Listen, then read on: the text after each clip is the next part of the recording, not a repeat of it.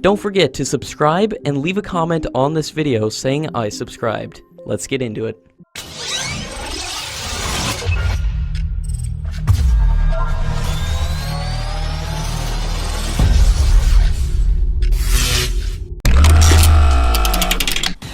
The Russian President Vladimir Putin is arriving today for the annual India-Russia Bilateral Summit 2018 in New Delhi. During his visit, India and Russia are likely to sign about 20 agreements in different areas including the defense sector. The Russian government has also confirmed that the Russian president will oversee the signing of the $5 billion S400 deal, and this was the first official confirmation from the Russian government at the highest level about the signing of the agreement. India and Russia are also likely to discuss a deal for 4 Krivat-class frigates worth $2 billion, 200 light utility helicopters for $1 billion, and the leasing of a second nuclear submarine from Russia. The Indian Air Force chief has said that given the length of Indian borders, India may need a second squadron of the S400 system, and the Air Force has projected this requirement to the government. The contract for the first squadron is set to be signed this week, and the acquisition of both the Rafale aircraft and the S400 system are game changers, and will help to shore up the fast depleting numbers of squadrons and capabilities. The Indian Air Force has proposed to buy 5 systems for about $5.4 billion in the current deal, and it would take around 24 months for Russia to deliver the systems to India. The Indian Air Force is waiting for the government's approval before formally inviting a tender for 110 fighter jets. The Indian Air Force chief has said that the tender would be open for both single-engine and twin-engine aircraft, and approximately 15% of the aircraft are to be bought in flyaway condition, whereas the rest 85% will be built in India, and will not be a long procedure because testing and procedure were done earlier.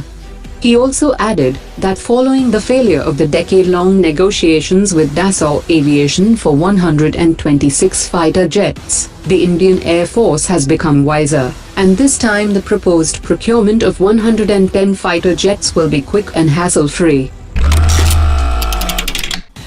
According to media reports, the Indian Air Force has equipped one of its strategic airbase with 2 squadrons of heavily upgraded version of Mig-29 aircraft.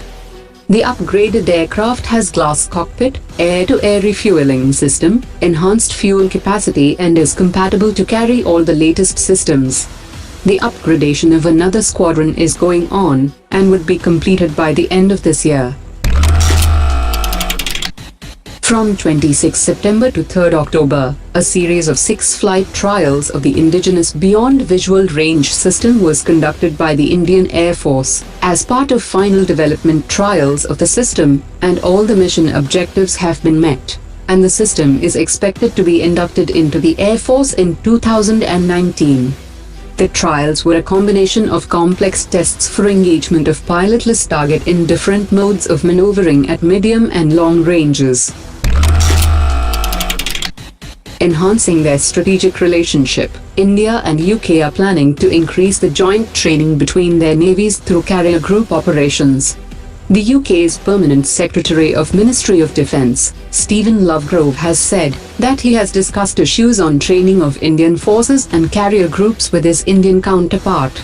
The Indian Navy and the Royal Navy are discussing cooperation on carrier groups, and this is a prelude to the first deployment of UK's latest aircraft carrier, HMS Queen Elizabeth, in the Strait of Malacca. The Central Reserve Police Force has decided to redesign its old physical training regime to prepare tougher soldiers who have to render hard duties in different parts of the country.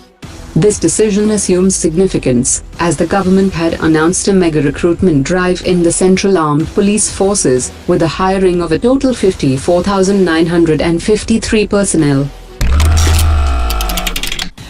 Naval Group of France has completed its 10 years of business in India, which has been working with Indian Navy and Mazagon Dock Limited on various projects including P-75 Scorpion submarines. Chairman and Managing Director of Naval Group India has said that the first Scorpion submarine was commissioned on 14 December. The second submarine is undergoing sea trials and will get commissioned in the next couple of months, and the third submarine was launched in January this year.